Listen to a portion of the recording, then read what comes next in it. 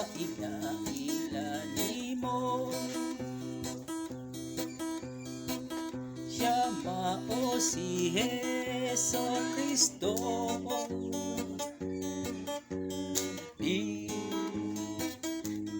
Dilitan niya biyaan amigo, di uta niya pasakitan.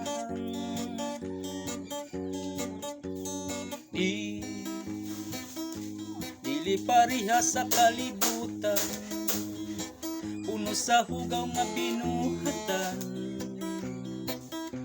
Puro kabuang lang dangatan.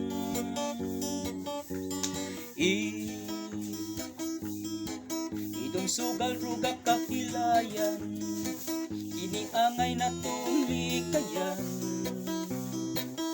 Ato ng biyaan, si Kristo ang tinuod nga kagawasan.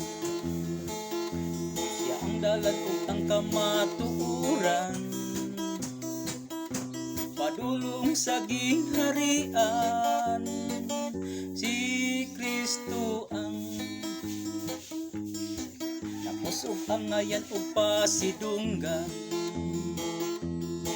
tanang katawhan sa kalibutan, atong pasalamatan. Sobra-sobra ang grasyag kaluoy diha kanimo, bisan sa kapakyasan iya tanggi pasaylo. Mahanaw man ang tananing kalibutan,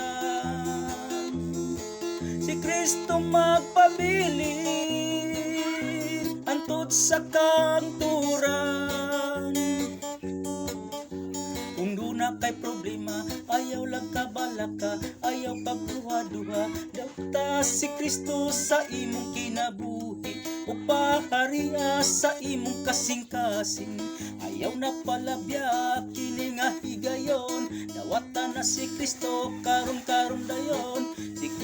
Si Kristo, grabe ka maayo, matay iyang giban, mabuta iyang giayo, pasakiton iyang gipangayo, dili matukip ang iyang milagro.